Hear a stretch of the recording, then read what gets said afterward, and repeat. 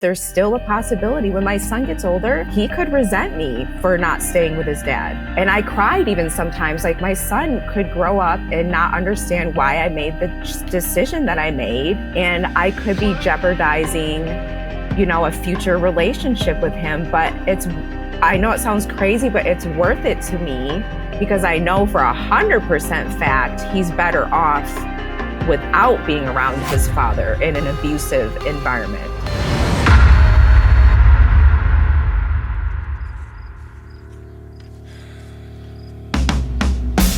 Welcome to the No Streetlights podcast. I'm Aaron. And I'm Tim. We're veterans, here to talk about mental health, resilience, and the real struggles we face every day. Our goal is to foster kindness through understanding. So, let's take a breath, relax, and be welcome.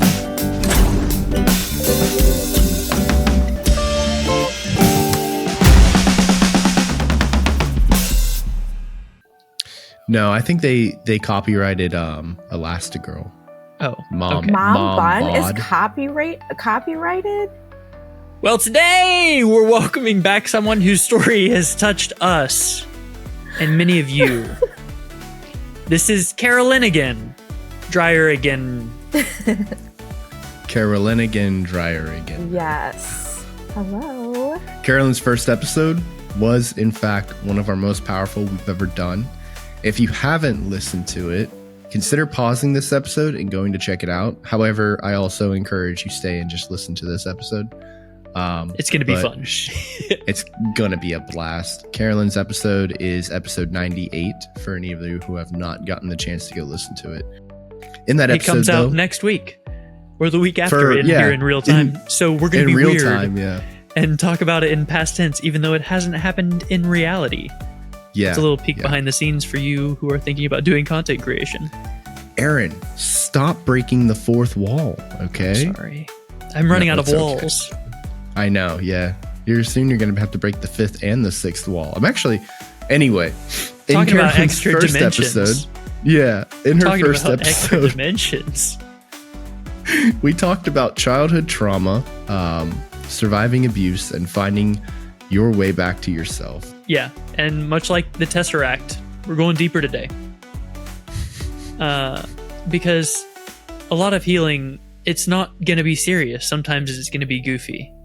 It's real and gritty. Sometimes you go from smiling and laughing to crying and, engaging with another compulsive behavior that is destructive. Mm-hmm. And there's no way that you can be prepared for how amazing your life is going to look once you've made it past all that. So now that we've had our fun, Caralyn, welcome back. Thank you. Thanks for having me back, you guys. No, it's our pleasure to have you back. I mean, we had so much fun the first time, and I love it too because we are talking about heavy stuff here, right? Like, I don't want to get it twisted.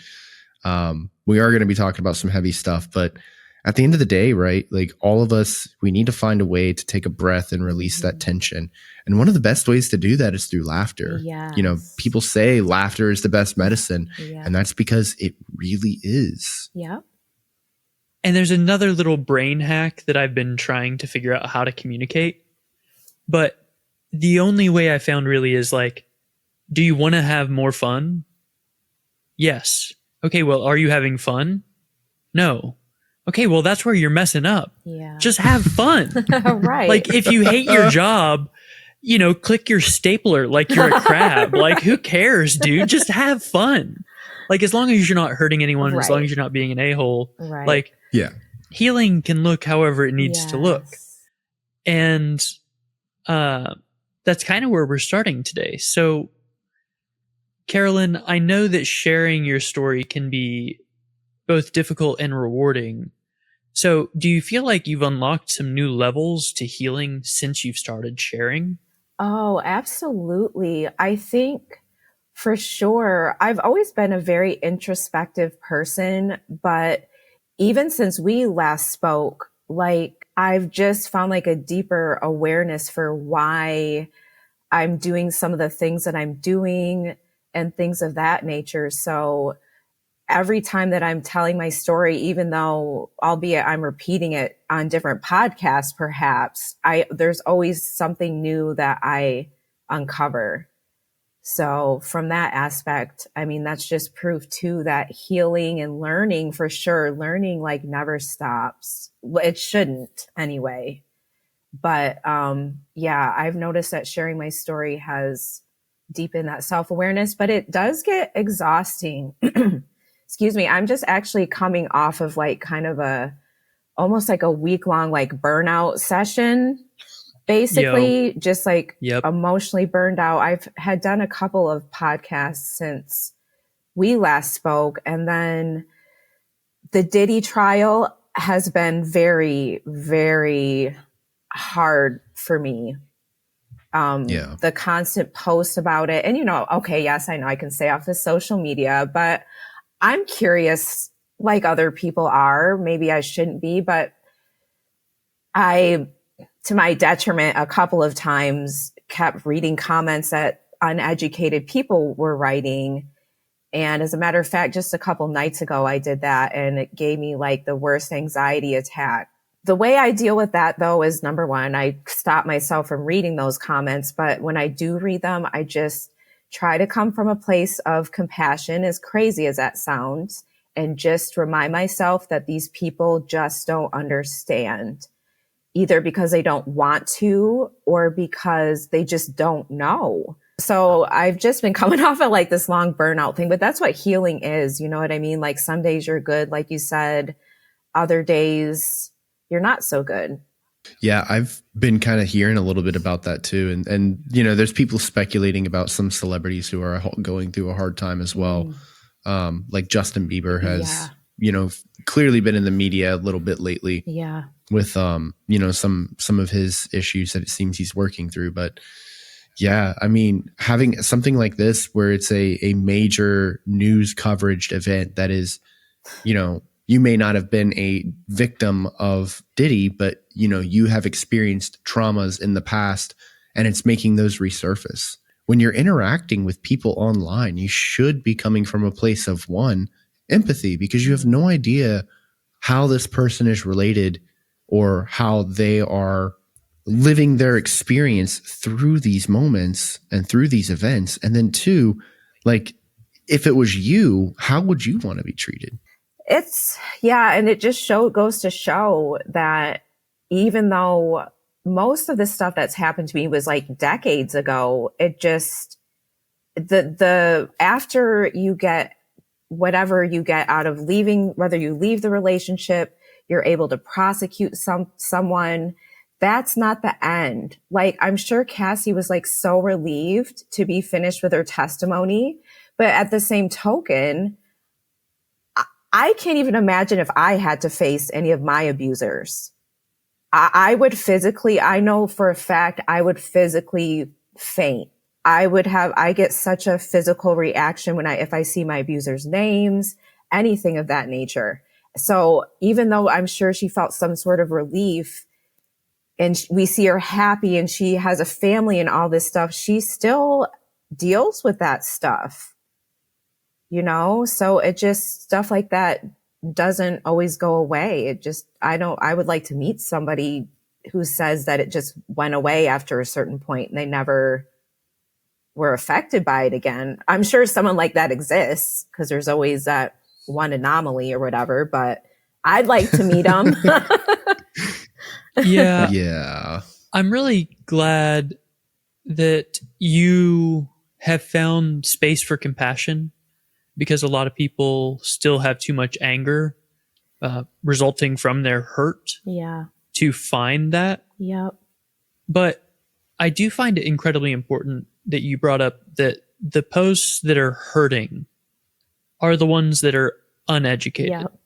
It's people who don't understand the harm they're bringing. Yes. So would you be able to, now that you've found enough healing to find this space for yourself to heal and to forgive others, what are some things that people are doing that they don't realize are hurting the survivors around them? Oh. Are there any like keywords that you hear people use that trigger you that you're like, I just wish people knew not to use that? Or like things that people do? The comments that are the most triggering for me is when people say, actually, I saw a comment where somebody was like, well, she could have called the police or something else that they said. I'm like, dude, like that's not, if it was that simple, do you think domestic violence would be such a big issue if it was that simple to just call the cops? I mean, yes, that is what you would do in some situations, but that's not like the solution to the thing. And and the other thing is like, she was with Diddy. Do you think she's going to call the cops on him? I mean, come on. He's got so much like power and like status, and abusers like that are so covert with what they're doing that the victim or the survivor is the one who looks like they're the ones who are crazy or overreacting, because those people are so smooth. They can literally convince law enforcement, judges, lawyers, they can convince them that they are the ones that are the victim. And that's a hard thing to communicate to people who don't understand things like narcissism, things like gaslighting, things like covert abuse, or just even how abuse works in general. And I think it's just a lot of people just are not educated and they're misinformed. Yes, we can leave at any point, but from the time you leave is like one of the highest danger points. So it's not that simple to just get up, and leave sometimes. Sorry, I'm laughing at the cat. He's so cute. Yeah, she's trying to figure out where she can hang out with me. She's so cute. But the triggering ones are just when people think that they're giving such obvious solutions, but it's just not that simple. If it was that simple, Cassie wouldn't have been in that relationship for as long as she was. And then that's the other thing people don't understand. They think that the victim is like maybe contradicting themselves, like, oh, they treated me so horribly. They abused me. They did this and that. And then they look at the fact that she was in the relationship for so long. And to them, that doesn't add up. Well, how are you complaining about their abuse, but you stayed with them for 10 years? And that's because they just don't understand the cycle. Abuse is a cycle. It's a cycle of let me beat you up or whatever I'm going to do. Let me build you back up again. Let me give you gifts, shower you with attention. And then the love bomb. Yep. The love bombing. And then it happens all over again. So it's just triggering for me when I read such ignorant comments. It makes me pissed off, like really pissed off. But for me to balance that out, I have to come from a place of compassion, because I think I shared with you guys in the last recording that before I was in an abusive relationship myself, I maybe wasn't thinking as nastily as some of these people are, but I was confused about why people don't leave. I didn't understand. So I think that's how I'm able to come from compassion, is because I have been on the other side, not to the extreme of some of these people, but certainly from a naive standpoint and just not knowing enough about the situation. I am really glad you brought that up, because so we did talk about this a little bit in our episode discussing Judith Barcy. She was a child actress whose father ended up killing her and her mother. She was the one who voiced Ducky from Land Before Time. Oh, okay. And Anne Marie and All Dogs Go to Heaven. And Anne Marie from All Dogs Go to Heaven. Okay. But there was actually reports of the police like showing up to like Judith's house because of reports of like noise complaints or anything to that effect. And the father, who was the abuser in the relationship, would just like smooth his way over with the cops and they would just leave. And, you know, like nothing was ever officially done about it. Yes. Because you're right? These abusers, they're very good in these manipulation tactics in order to avoid having the spotlight on them, or they reframe the situation, like you said. And then there's also a really famous story. If people have never heard of the Judith Barcy one, then maybe they heard about how like Jeffrey Dahmer literally had a victim in his apartment. The victim escaped and found like, the police, found the cops. Yep. And like Jeffrey Dahmer like chased him down and basically told the cop like, hey, it's a lover's quarrel. Like we're just having a hard time. With the victim right there. With the victim right there. And the cop let him take him back. Yep. That's terrifying. Like it is absolutely. And the thing is a lot of people, they don't understand that it's not a black and white world. Like, yes, we wish it was because it would make everything so much easier, but there's so much gray and so much nuance that has to go into these things. The love bomb part of the cycle, you like during those moments from everything that Aaron and I have researched and looked into and everything people have told us, it's like that love bomb cycle, when it starts happening, you almost feel like, oh, it's a different person. I'm with somebody else now. They've really changed this time. And it's so heartbreaking because people, they just can't understand that. They've either never experienced it, they've never looked enough into it, or they've just never known anybody or talked with anybody on that level of understanding that kind of trauma. Absolutely. It's so awful, but I'm really glad, like, and that's the whole purpose of a show like this. And, you know, one of your biggest missions too, is like sitting down here and bringing this awareness to people, because if you're ignorant, look, I get it, right? If you don't understand and you're absolutely just uneducated, fine, so be it. Right. But it is your responsibility to do the due diligence. I keep stumbling on my words. Do your due diligence and educate yourself a little bit. So this way you can speak on these matters with a sense of understanding. Right. And truth be told, with knowledge comes empathy. I mean, personally, that's how I think. It's just true. I'm glad that we're kind of just doing this off the cuff. We're not really going off the script as much because we've got some things coming up just, you know, naturally. Like our audience is primarily male. A lot of the people we've been talking to recently to, you know, get more wisdom and healing for all the people who are sitting here, and we're so proud of them for wanting to be better and being willing to have these difficult conversations. But for the 20% that's not ready for the healing, I think the way that us 80% reach them is by being really loud, because they don't realize that every woman around them has been terrified of being assaulted at some point. Every woman around them has been terrified of being kidnapped or murdered at some point. Every single woman around them has been assaulted to some degree or has covered up some form of trauma and pretended it's all been fine. Because that's what they have to do to soldier on. And that's why the whole Me Too movement happened, is so that guys would realize every single woman around you. Tim's sister-in-law came on and we had a whole episode about don't be a creep.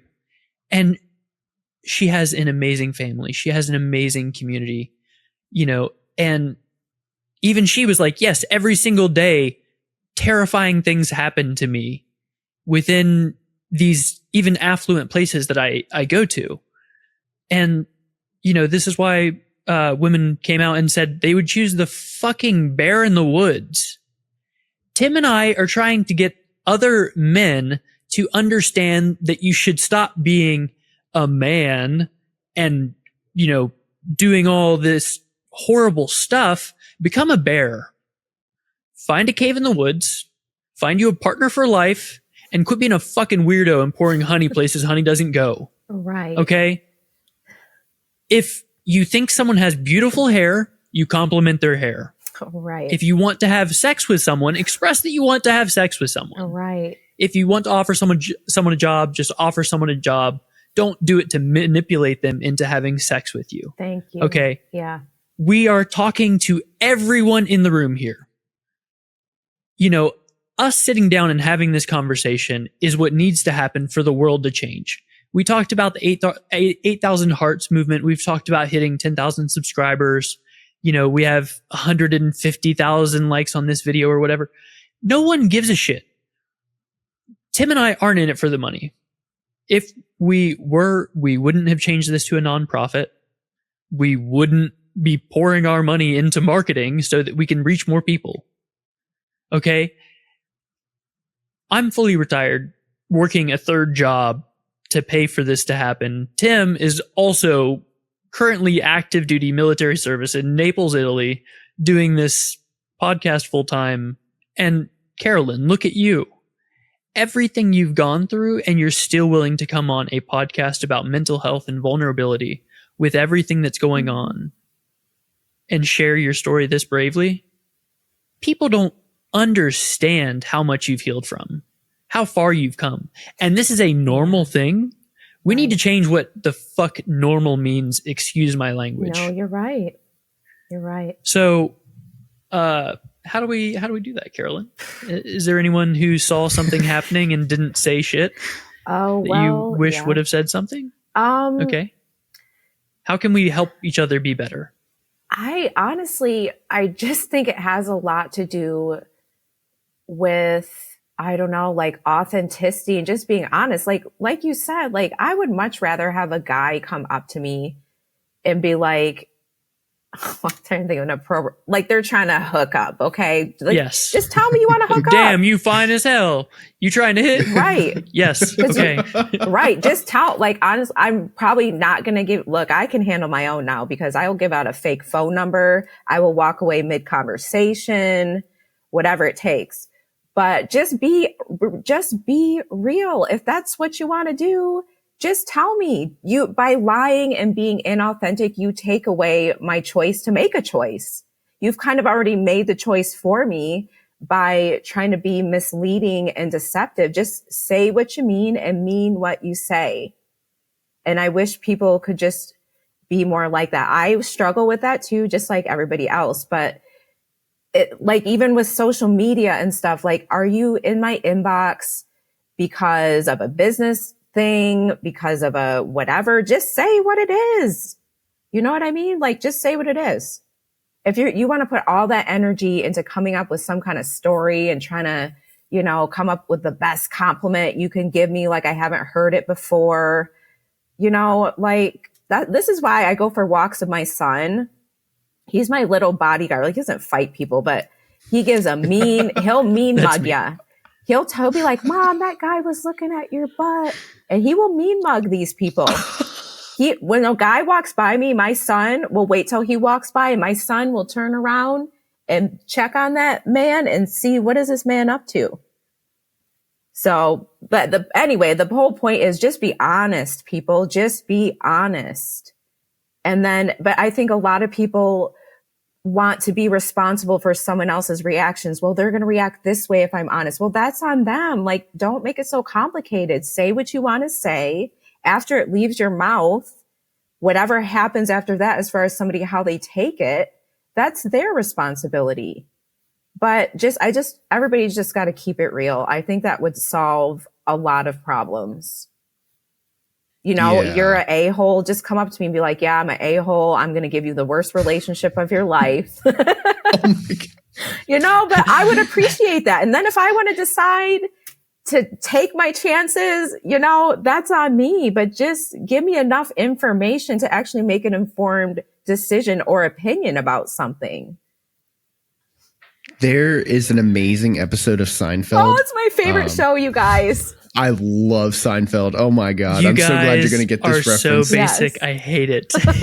There's an episode of Seinfeld where one of the main characters, for the audience out there who doesn't watch Seinfeld, one of the main characters, and his name is George Costanza. We all love George. Yeah.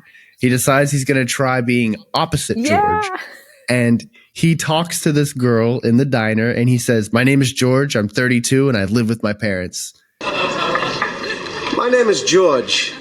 I'm unemployed and I live with my parents. I'm Victoria. Hi.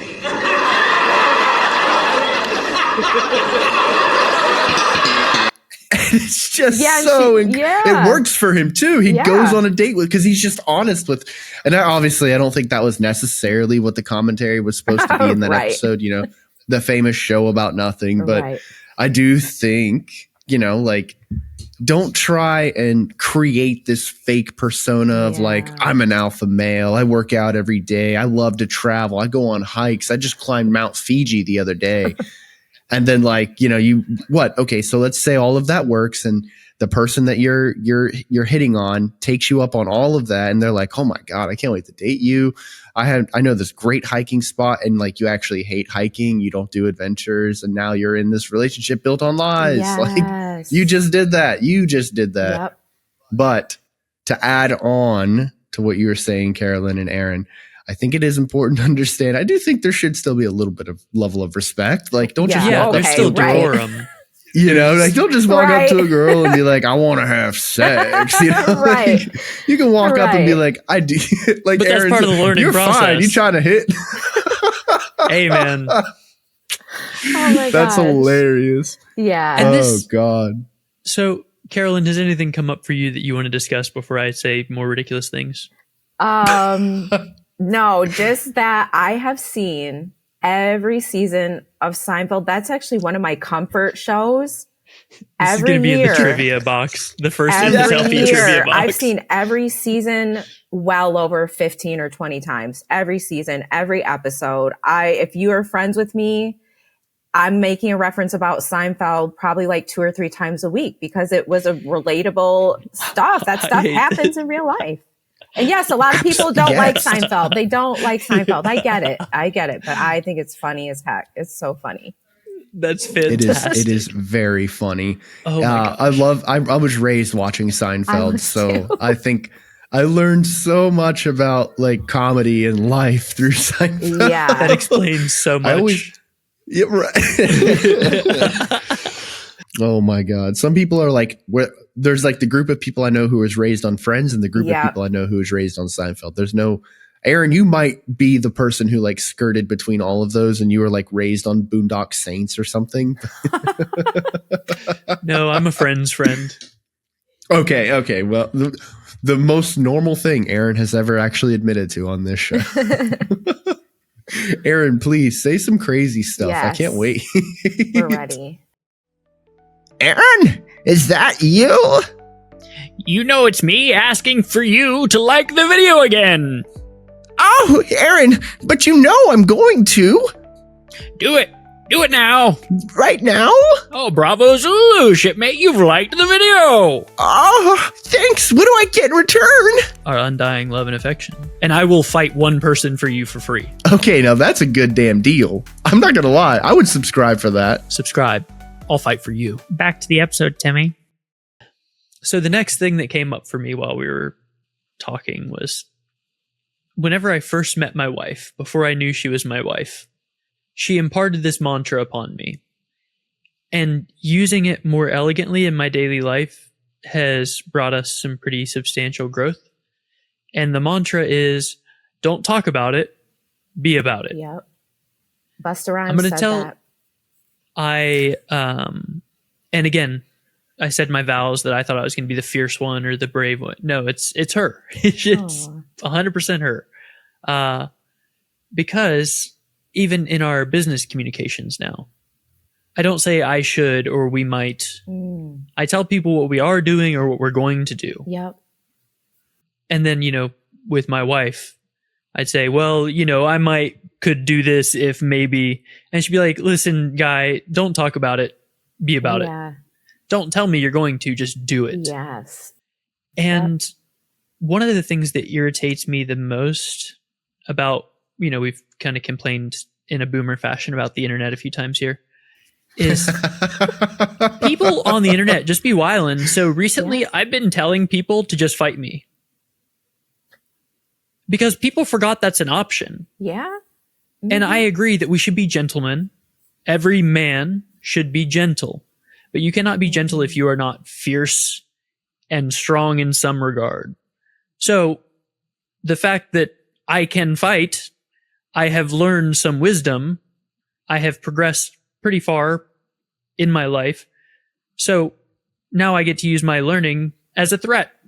If someone is saying some out-of-pocket stuff, I can say, hey, shut up or I'm going to smack you in the mouth. And if they're like, what? You can't say that. Be like, I'm literally allowed to say that. Right. You can legally say, shut up or I'm going to smack you in the mouth. And you sound like an asshole. Right. So we're forgetting. That's my favorite one. That's part of the divine in divine feminine and divine masculine is protecting. Protecting what's yours, protecting what's right, not some bullshit they told you to be mad about, like 0.004% of the population being trans, and maybe you'll see someone in the bathroom you're uncomfortable with. No, there's a man who identifies as a man pushing a woman into the women's locker room and assaulting her. You need to be worried about that. Right. Because that happens every fucking day. Yeah. So stop being mad at the dumb shit they're telling you to be mad about and talk to the people in your life or I'll come fight you. I saw something recently that was like, and this might be a little triggering, Caralyn, so I do apologize. Okay. But I saw a post recently that was like, why would a rapist pretend to be a trans in order to rape people when they get treated better as a rapist than as a trans individual? Yeah. And it was like, Jesus Christ, like the society we live in, like there's an argument every day online about transgender and gender identity, but there's no, like, we just don't see arguments online about SA and like assaults and things of that nature. Just like, holy shit. Like, oh man, I don't want us to stew in, I think there's in a way, commiserate on negativity. So I actually do have a very important question for you, Caralyn. Since we talked a little bit about the cycle of abuse, I actually want to know a little bit more about the cycle of healing. So we have talked in our previous episode, and you've mentioned various times that healing is not usually just a single event. It is a cycle, and sometimes it's a daily choice. So I'm curious, what does your healing look like right now, today even? You know, I actually was thinking about that the other night when I was having really bad anxiety, and I noticed I'm getting so much better at calming myself down quicker, which I don't know that it's a race to calm yourself down necessarily. But for me, sometimes when I'm triggered, it can take me up to like a week to feel regular again. Because I have such a physical, it's more than like a mental thing. It's such a physical thing for me. But I am learning to just tell myself that I'm safe, taking deep breaths, doing at least one tiny little thing to be kind of moving. So I've just noticed that stuff takes a lot less time for me to get through. And it's a lot less scary. Because like when those panic attacks come on, or I have a bad anxiety attack, like it's scary. Because it's like, oh my gosh, like what's happening? Like what's going to happen next? And now it's just, I guess predictability with it isn't so bad. I guess in that I'm able to know I'm going to have the onset of it. I'm going to have the middle part, which is like the most uncomfortable. But as history has shown me, once I've gotten through that uncomfortable part, whether it does take 10 minutes or 7 days, on the other side, I'm okay. Like nothing, the world did not end. Like whatever catastrophe maybe I thought was going to occur didn't happen, and I'm okay. And I'm doing better than the last time I went through this. So I think I'm starting to kind of recover a little bit quicker with things, but I've always made it a little easy for myself to have those like rough days where, yes, it's okay to give yourself permission to maybe not do what you would normally do. But I was making it, that was like just my go-to. I wasn't like challenging myself. This time, let's go for a walk for 10 minutes. You get what I'm saying? Like I was just making it easier for myself to just resign to the fact that I struggle with depression or I struggle with anxiety. And when I was giving myself the leeway or the option to just kind of give up on the entire day, as opposed to let's just deal with this hour and see where that goes. So now I'm just getting better about not monopolizing entire days and letting myself fall into that comfort of uncomfort, if that makes sense. Like you get comfortable with being stagnant, and you get comfortable, or it gets easy to just be like, oh, I'm low energy today. And you just leave it at that. I'm just really challenging myself. Like, it's okay to have that mindset, but let's also have a little bit of duality. And I want to feel like crap for an hour. I'm going to commit to maybe the 20 minutes after that hour is up. I'm going to go do some laundry, wash some dishes. If I want to go back and feel like crap again, I think remembering that there's duality, you can be happy and hurting at the same time. You can be pissed off at the world, but then maybe 10 minutes later, you're laughing at a friend's joke. It's okay to have all of those feelings together at the same time. And my cycle of healing has always been when I get to those points where you plateau and you're kind of like, what's next? I was letting those plateaus last for like years, instead of realizing that when you're stuck like that, that doesn't mean that you can't heal anymore or that you're so broken that nothing can be done. That's how I would feel. I would be fine for a few years. I'd have a setback, and then that setback would last like a year because I'm like, I thought I was healed from all this stuff. And now I'm crying again, or now I feel stuck. So, well, I guess that's it. And I would just kind of retreat from the process. But now I'm not allowing myself to have those retreats. The retreats are now maybe like I said, blocks of time, like of a day rather than like a year. So it's just seems a little complicated probably, but it just works. You can't, unfortunately, unless you're like super medicated, I mean, you just can't be happy all the time. I mean, well, some people can. There are people that are like super happy, so I'll take that back. But for me personally, I don't want to be like a grouch all the time, but I just don't have the chemical disposition to be like Miss Cheery Sunshine all the time. I just don't. I have resting bee face, not on purpose. That's just because that's not what my face looks like, because I can't smile all day long. By the way. B is for boss. Yes. Resting boss face. Yeah, that's what I'm gonna be like. Yeah, I'm a boss. I'm not the other bee. I'm a boss. Yeah. Heck yes. Yeah. So it's just, and it looks different for everyone. People might be listening to me right now and be like, "Oh my gosh, how is that girl even making it through life with her healing process?" And you know what? They're entitled to think that, and maybe the way I think wouldn't work for them, because at the end of the day, we all share similar experiences, but we're still our own individual people, and we come from different backgrounds. We have different ideologies. All sorts of things are what creates us from, is what separates us from each other, as much as we are connected by shared experiences. How beautifully put. Oh, thank you. Because I started at the end there. I was like, are they following me?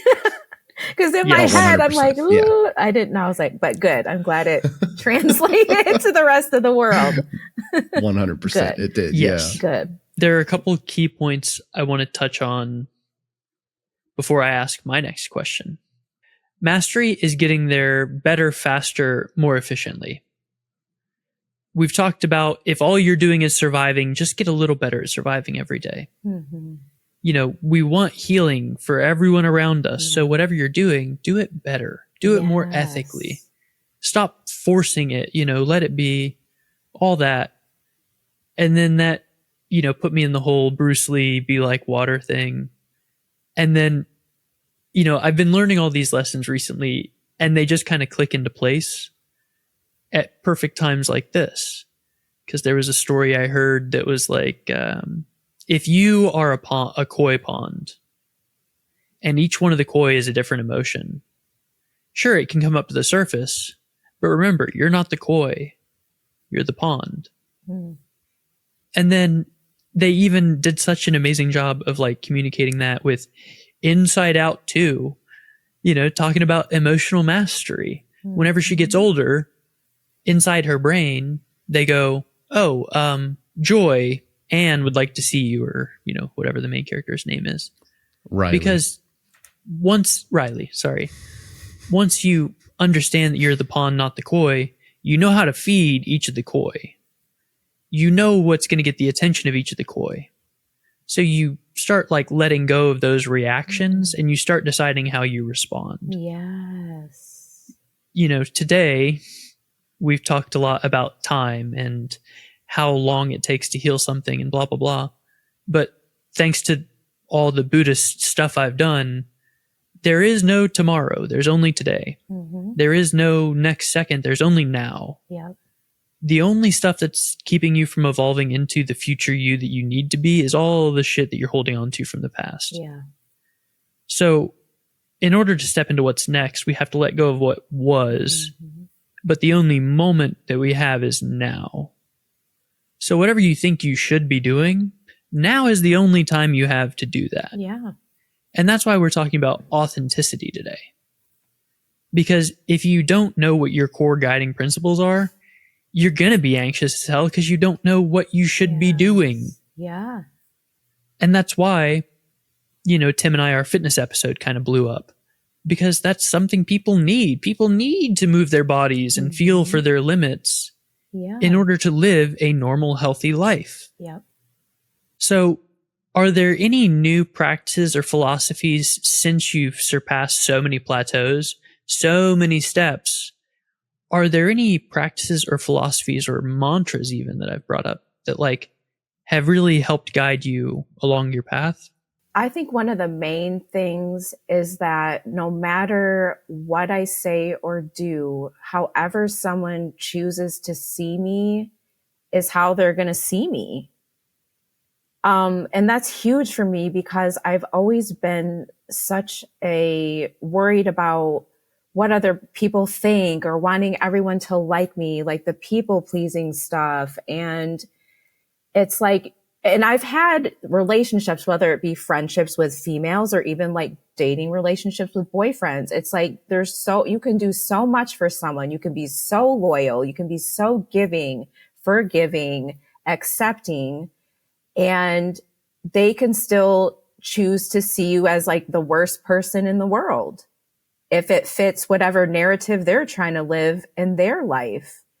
And I don't know, it gave me a freedom to just kind of do stuff. And if somebody isn't going to like me or accept me, I can't help that. I just have to keep moving on, but I can't let what other people think of me dictate the choices that I make. Because at the end of the day, I have to live this life. I have to walk in my shoes every day.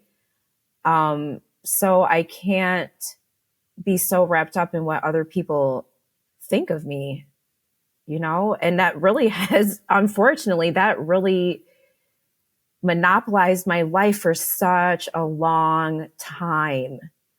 And it was specifically with my parents. I mentioned before that I'm kind of like the black sheep. And while I did meet the same sort of milestone markers, like graduating from college, having various careers or whatever, I met those kinds of standards like the rest of my siblings. But I had a child out of wedlock. I'm divorced. There's a few other things that I've been through in life that didn't fit my parents' expectations for me. There were certain conversations and certain things that I observed, and I just realized that although I'm sure they love me very much, of course they do, they're my parents, they're still going to look at me a certain way because I didn't meet certain expectations that they wanted me to. I figured for me, I was like, well, maybe they'll kind of not look so much at the divorce because I have a master's degree. Isn't that crazy? I'm sitting here trying to achieve things. To balance out. Yes. Yes. And I always felt inside they might be disappointed that I got divorced or that I had a child out of wedlock, but at least I have a master's degree. That certainly has to be something. I had a good career at a call center, a long-term job for a while there, and it was turning into a career. So I'm okay, well, that's got to balance it out. Certainly if I'm being successful in one area, that's got to kind of cancel out the disappointments that they have. And it doesn't. And it probably won't ever. Yet, like I said, of course they still love me. I'm their child, but I was so wrapped up and worried about them accepting me and them pleasing them or trying to get their love and attention by meeting their expectations. But I just was I sat back one day and I was like, did I really go get a master's degree because that's what I wanted to do? Or did I convince myself that that's what I wanted to do because I was trying to meet an expectation? I really have considered that. I love forensic psychology, don't get me wrong, and true crime and all that stuff. It definitely was the right field. However, had I 20 years ago decided I love my parents, but I'm not going to try to live up to their expectations because this is my life, who knows if I would have gone to grad school. I thought that by me doing that, they'll accept me the way that I want them to because I've met one of their expectations, or they have something that they're proud of that I've done. So I think I've just found a lot of freedom in reminding myself that this is my life. These are my choices. If somebody chooses to not accept me or even want to deal with me anymore, I'm sorry that they feel that way. And I respect it, but I have to let you go because I need to have freedom in my own freaking life. And especially having my own child, I'm in my lane over here and this is what I'm doing. Whoever wants to, get with the flow of traffic, come on in. If not, bye. Carry on See smartly. You later. Yeah. Yeah. Carry on smartly. Yep. That is a hard thing to kind of have to reconcile too. Like, did I actually end up doing this for you, right? Getting a master's degree, but some other people I'm sure could transpose their own personal experience or variation into that. It's like, did I do this for myself or did I do it because my parents wanted me to? Did me, Tim, the co-host of No Streetlights podcast, did I go and join the United States Navy and do law enforcement in the military because I wanted to, or because that was something that my parents had told me I should do? These are questions that are very hard. And honestly, I feel like they could almost kind of spark an existential crisis in some people. Like, am I even living the life that I wanted to live? Determinism argument. Yeah, I hear you. Yeah. I'm glad that in the end you still said that it's definitely the field that you're glad you got into and got involved in. But wow, like that. And I think that's an important part of the healing process too. Yeah. Sitting there and asking the tough questions, right? Mm-hmm. Like we've talked about before that growth comes from places of uncomfort.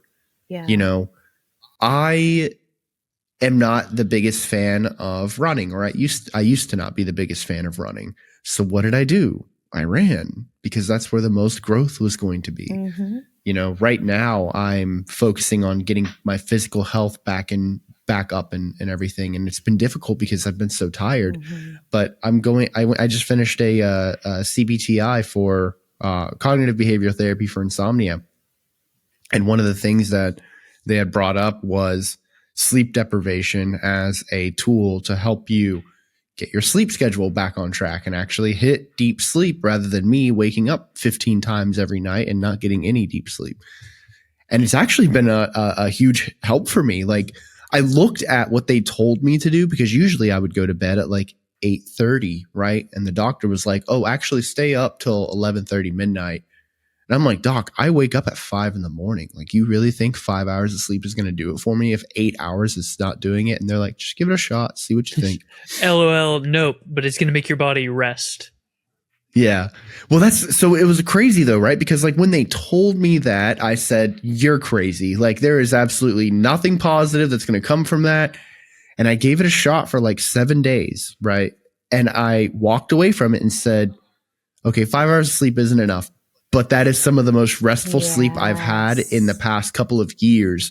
So like looking at it and the way I'm trying to make this all fit together and flow together in this gigantic puzzle piece we're putting together here on this show is, even though I saw discomfort in this potential for growth, I embraced it and was able to learn and grow from it.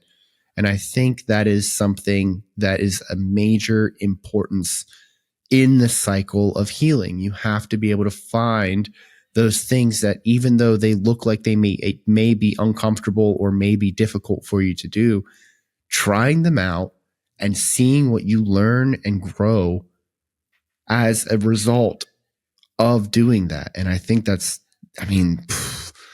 think if everybody tried one thing that scared them every now and then, like once a month, just try one thing that kind of makes you go, ooh, like spiders scare you. Well, instead of killing that next spider that's in your house, just get it in a cup and put it outside. Try that one thing, right? Just something small, simple. Or just watch it.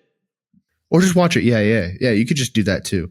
But like try those small, simple things and you'll find a certain level of growth that you just honestly probably is going to shock you. Just saying. No, you're right.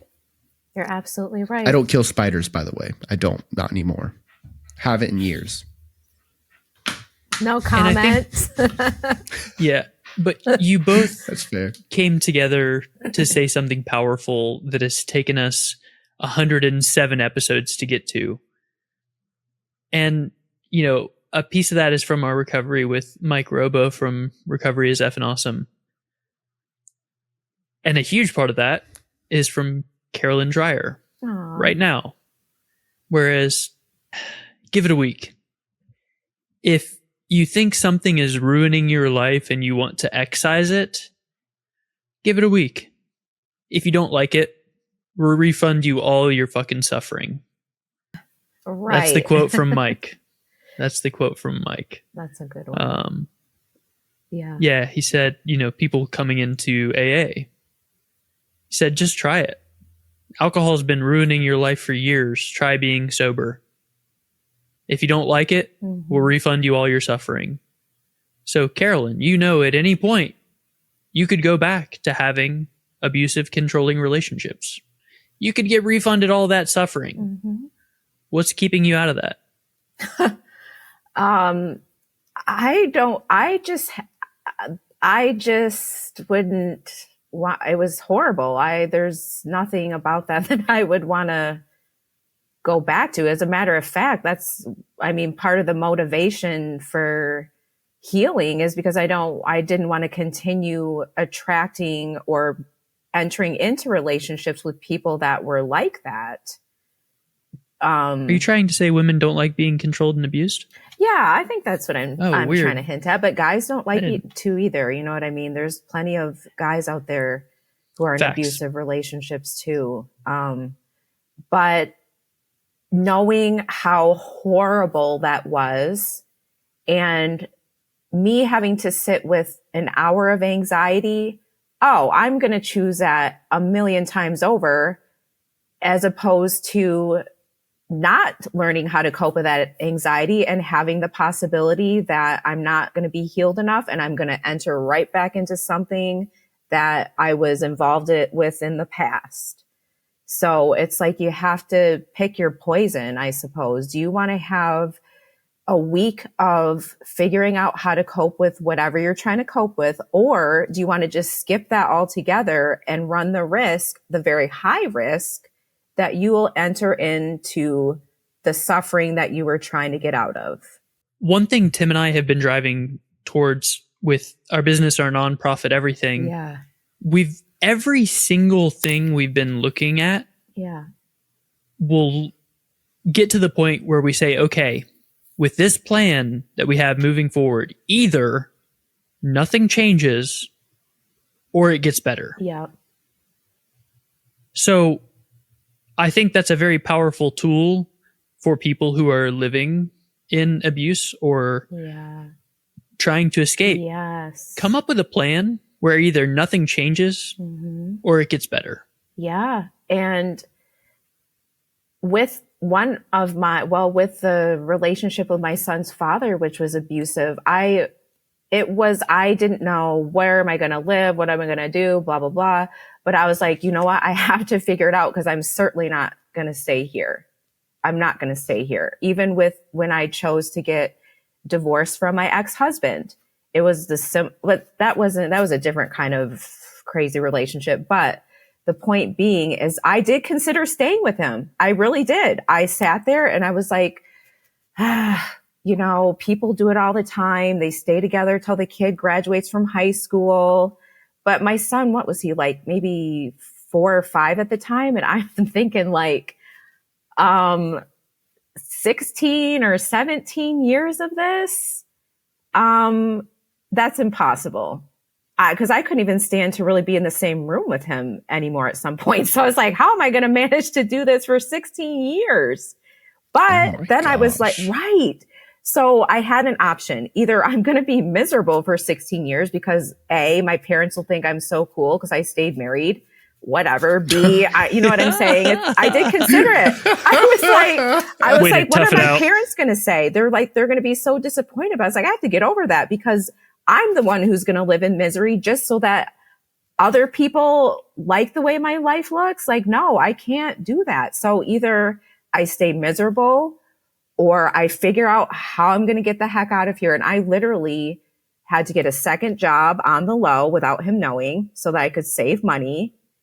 I had to, when I left that house, I left photo albums behind. I left a scrapbook behind from my son because I didn't have the money to pay for all the baggage. I literally kind of left with the clothes on my back, so to speak. I wanted to pack enough comfort things for my son at the time. But I was like, you know what? I'm leaving these clothes and all this stuff behind. I don't care. I had notebooks full of research, notebooks, like hard, painstaking research that I had done. I had to leave it behind. But it's like, do I want to keep my books of research and be miserable? Or do I want to take this challenge, hope for the best, say my prayers, have faith that things are going to work out? Yes, that is what I want to do because I can buy new clothes. I can make new photos. Well, take new photos. I can replace a lot of this stuff. But what I can't replace is 10 to 16 years of misery. I can't get that time back. And gosh, my son, what the heck would I be doing to him? You know what I'm saying? So I get like so amped up and like passionate, but it's like you have to pick your suffering. We are going to have to endure suffering. You endure suffering when you got to drive for an hour and you're hangry as heck. That's suffering. We have suffering of, people are about to lose their homes. That's suffering. But there's a lot of situations in life where you do get to pick which kind of suffering you want to have.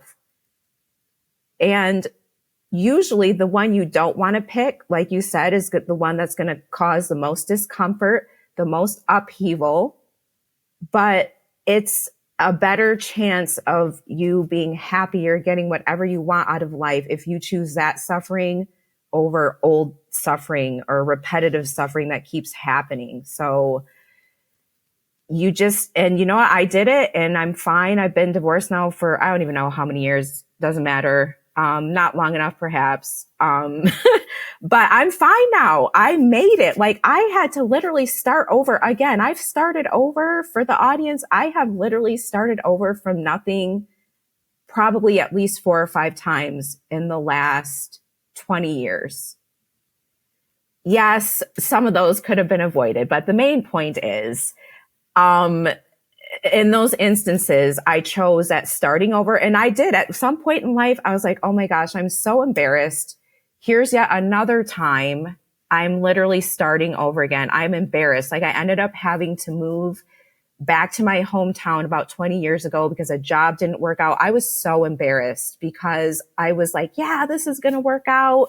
And when I came back in town, I closed the comments option on all my social media posts because I didn't want to answer questions about why is your back? What had happened? You know what I mean? But it was worth it to me to have to deal with that possible embarrassment to just have to start over again so I could be on the right track. The first thing that comes to my mind whenever hearing your story, first of all, okay, your son has the coolest mom in the entire world. I don't know if he knows this yet. One day he's going to be like, I really had a superhero for a mom. That's pretty awesome. But I really think, so as a person who has faced decisions, right? I've looked at the choice of, perfect example is a huge one that's coming up in my life right now. But I had to choose between staying in the military or going and getting out of the military. And I'm talking about a huge upheaval, a massive switch in life. And it's like, I have to pick my suffering here, right? Because do I want to get out of the military and have a more difficult time meeting my financial needs and more uncertainty about what the future is going to hold for me? Or do I want to give the military another 10 years of my life and then lose out on the opportunity of being there, whenever I finally become a father and stuff? And I'm telling you right now, the biggest question that floated in my head when I was making the decision between these two things is, am I doing the right thing? Yeah. Holy shit. It is such a crippling question. And I have to ask, Caralyn, like, when you were making the decision to leave or to stay, was that the question you had to keep asking yourself? Like, not have to, but was that like the question your mind kept being like, well, are you doing the right thing? Like, that's like, what were you thinking? And how did you end up deciding this is 100% the right thing I needed to do? You know what? That's such a good question. Surprisingly, with my son's father, although he was abusive, yes, I did consider, should I, I didn't want to ever raise a child on my own. And I knew, and I do know, there's a possibility when my son gets older. I don't think the likelihood of this is very high, but there's still a possibility when my son gets older, he could resent me for not staying with his dad. Now, like I said, my son knows why I left his father and all that stuff. So like I said, it's unlikely. But when I was making that decision, I did consider that. I was like, and I cried even sometimes, like my son could grow up and not understand why I made the decision that I made. And I could be jeopardizing, a future relationship with him. But I know it sounds crazy, but it's worth it to me because I know for 100% fact, he's better off without being around his father in an abusive environment. That I do know. That is a fact.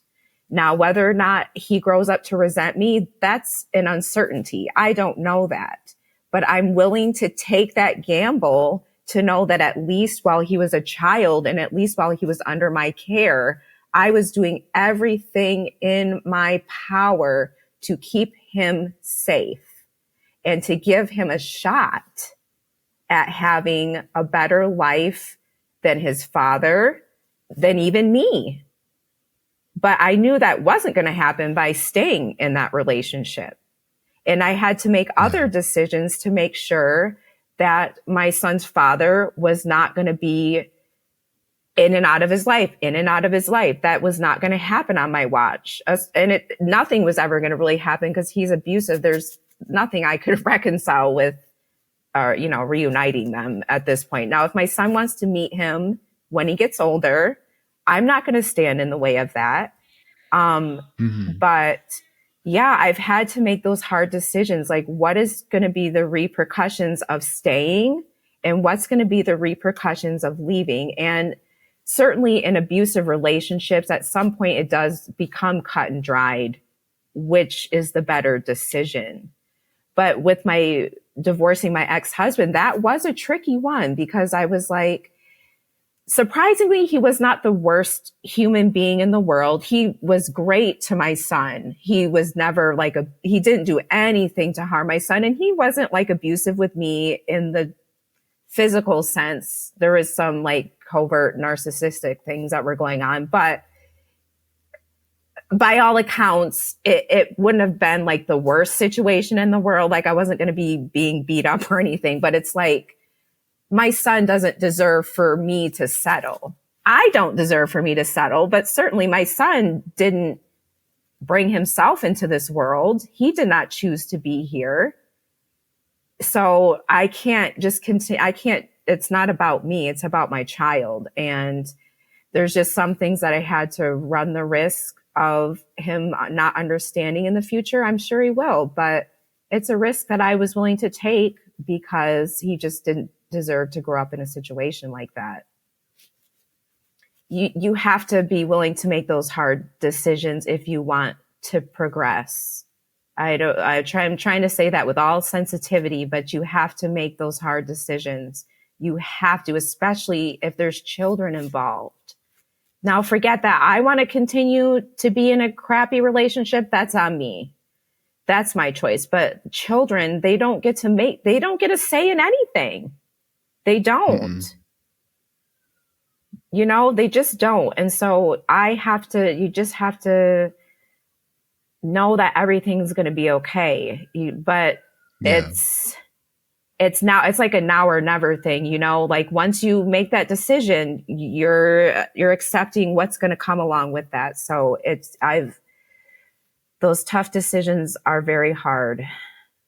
They are. And kind of what I'm hearing here as well is like, if you had spent more time in that whole, well, am I making the right choice process of your decision making, it is possible that you would have found yourself making a completely different choice. You know, you could have eventually talked yourself out of it.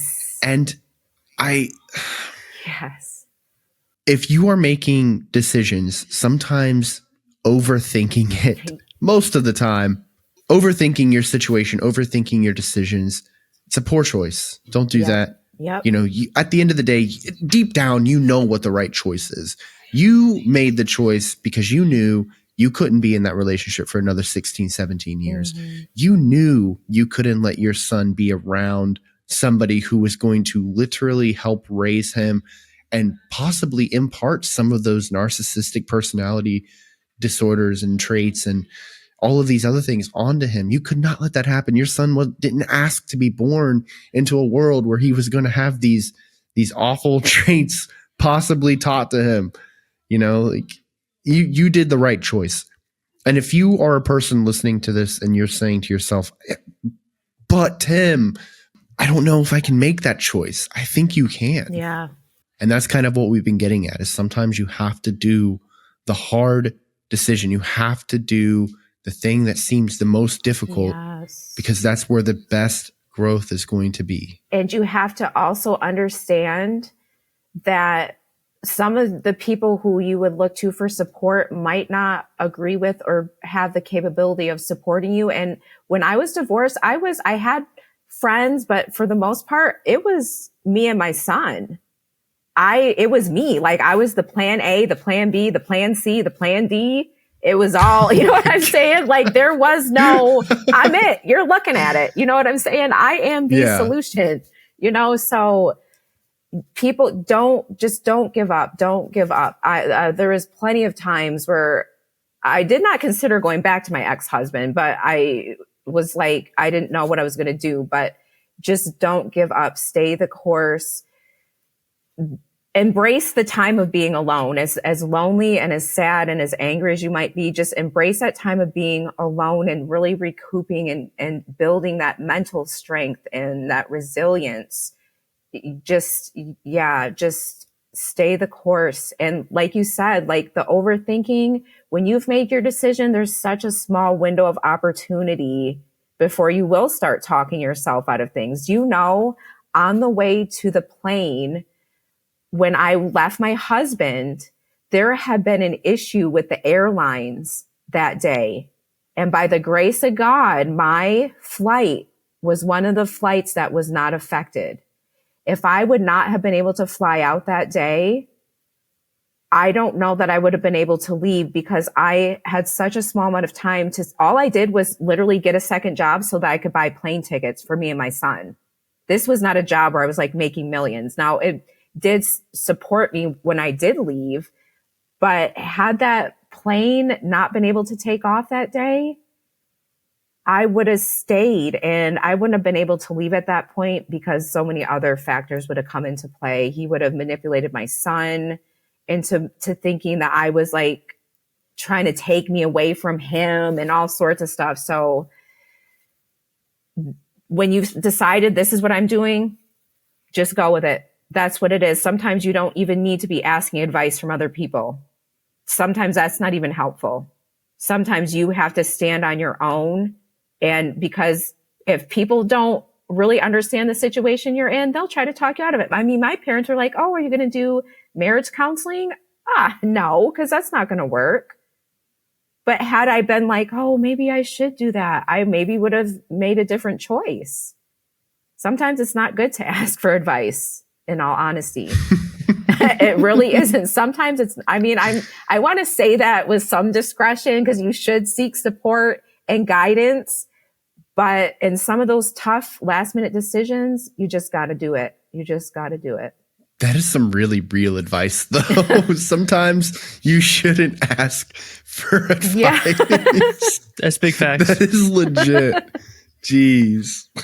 The one woman show that is Caralyn. Yeah. Don't ask for advice. The only overthinking you should be doing is about how good it can get. Because if Caralyn would have gone to marriage counseling, how good could it have gotten? He only abuses her in private. Yeah. Tim and I with this podcast. Every time we change something, well, is it going to get worse or is it going to get better or is it going to stay the same? We find the option where it either gets better or stays the same. Yep. Find that option. Yeah. If you don't believe me and Tim, believe Caralyn. Yeah. You can follow her over on her blog. Which, by the way, for several months, I was putting the wrong website address on all my social media promotions. But if there was enough information there that people found it. But I was doing it one day. I was like, wait a minute, that's not right. So it is Caralyn Dreyer, all one word, .blogspot.com. I was missing a dot in there before or something. I was doing... And look, now that I say it, I don't know if that's entirely the right one, but it's like on all my social media. It's on all my social media. I'm on Instagram, Facebook, Blue Sky, Twitter, TikTok, and Clapper, and LinkedIn. So you literally just Google my name. I'm not trying to sound like I'm famous. We can all Google ourselves. But if you literally just Google my name, you'll be able to find the mental health blog. If I, in fact, did not give the right address, I'm going to blame this on trauma brain that I don't remember the address of my own blog. We're going to stick with that story today. But actually, you can find me on all the platforms. And I designed it that way so that there's no reason for no one to not be able to find me. And if you don't want to find me, well, it sounds like you're going to find me anyway. So, but please check out my mental health blog. It's like one of my biggest accomplishments. I'm so proud of it. And there's something for everybody on there. There truly is. I love that. Caralyn, you've done something that most people are terrified to do. And that is tell the truth. And you tell it with such compassion and also in a very straightforward manner. And I love that. You make understanding your situation accessible. You make it to where I don't feel like, there's no gray area here. Like, I know what happened in your relationship. You told me straight up. I got it. Your life story and everything. So thank you so much. Thank you guys so much. This has been so amazing. I consider you guys kind of like brothers. It's like talking with brothers, although I don't talk about these things with my brothers, but you guys actually do remind me of my brothers, and we all just have so much fun together, and the conversation, the humor is so reminiscent of that. So thank you guys so much for what you guys do for people like me. It's so much appreciated. And I've just come across so many amazing people as I've been telling my story. And you guys are definitely on the list. You made the cut. Thank you. Yes. We're on the refrigerator, Aaron. We did it. Speaking of which, let me quickly, before we go, because you're talking about Seinfeld, didn't Elaine totally wear her hair like this during a few seasons? This is the Elaine hair, only her ponytail was up higher and she had more poof. I'm the ethnic Elaine. I'm the ethnic version of Elaine. I'm the Elaine with a little bit of soul, a little bit of, with seasoning. Right. A little bit of pep in my step. Stop it. You're killing me. Okay. I just had to, Oh, that's amazing. That's so good. Well, so I would argue that this is what friendship looks like. Yes. We're all we're all friends coming off of a 5-day of intentionally good hair. Yes. So we're letting it down today. Yes. We're kind of chilling out. Well, we're not letting this down, though. You guys don't want to see that. I hear you. I don't understand because I don't have hair. Right. But I hear you. Yeah. And What a beautiful segue, because I'm talking to the people listening to this. Thank you. Thank you for being brave enough to engage in these conversations that can be challenging, where I'm going to yell at you and challenge you to fight me if you think otherwise. And Tim's going to talk about some stuff he's been through and learned, because he's trying to build a tool shed for you to heal your life. Mm-hmm. Get it together, man. And Caralyn here. Hurry up. Is going to be the house on the hill, the shining light saying you can start over and it's going to be great. Mm-hmm. Don't think about how bad it could be. Think about how great it can be. Yep. Choose the path that either nothing changes or it gets better. Yep. Spend some time with that dream and then find out how to make it happen. If you don't have anyone to bounce these ideas off of, join our community over on Discord, over on Facebook, over on Instagram. That's right, we're content farming. We're real influencers now. Big facts. We have our own thrift shop. We are also over on Patreon. You can join for free. And if you also want to provide fiscally to us, you can also join the tiers. And there's benefits depending on how much you prefer. We have $1 tier all the way up to $100 tier. So we appreciate everybody. If you're joining us free or if you're joining at $100, we still love you very much. If you join at $100 tier, though, I swear I will love you very much. He'll meet you in person. I will literally meet you in person. I will sign whatever you want me to sign. And if you don't want to meet me, you're going to get me. Sorry, Aaron. Aaron's refused. I'm just kidding. If this episode has resonated with you, reach out. You're not alone. And don't forget to check out Caralyn's blog, Darkness to Dialogue. Everything's going to be linked down in the description. All of our social medias, all of our places where you can find us. And what else are we going to have linked down in the description below, Aaron? I have no idea, but I'm going to tell you about our top patrons. They are Atticus Thatcher, amazing musician. Eric Spears, amazing musician. Jason Grooms, amazing musician. Amazing musician. Katria Hausner, amazing musician. And Highland Markle. Timothy, tell the people what Highland is. He's a pretty good musician. How dare you? He's a beekeeper, too. Yeah.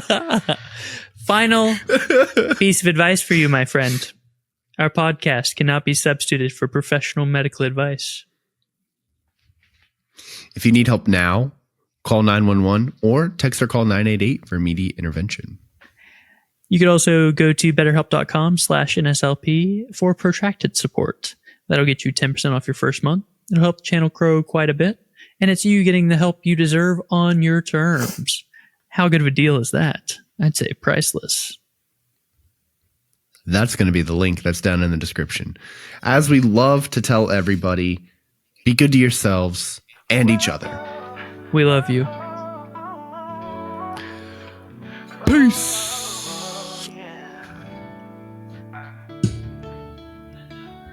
That wasn't a gong again. That was my mic stand. I was like, is this one of these award show moments where they're politely trying to have me exit the stage and there's like a gong in the background?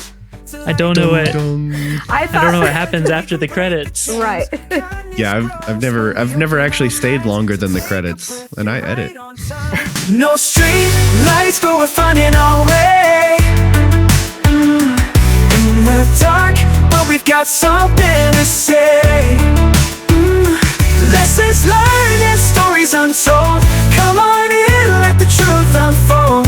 Whoa, whoa, whoa, whoa. Words might cut, some might make you cry, but they're here for the real, no reason to hide. Listen close, take what you need, and together we'll plant the seed. They're here to spark change, to light the way. Through understanding we can break the chains. Kindness grows when we open our minds. So take a breath, you're right on time. No street lights, but we're finding our way. In the dark, but we've got something to say. Lessons learned and stories untold. Come on in, let the truth unfold.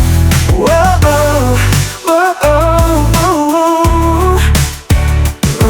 So listen at own discretion. Take what you can, make your own confession. Through the highs and lows, they're here to guide. In this space, there's nothing to hide. Oh yeah. Ooh, yeah.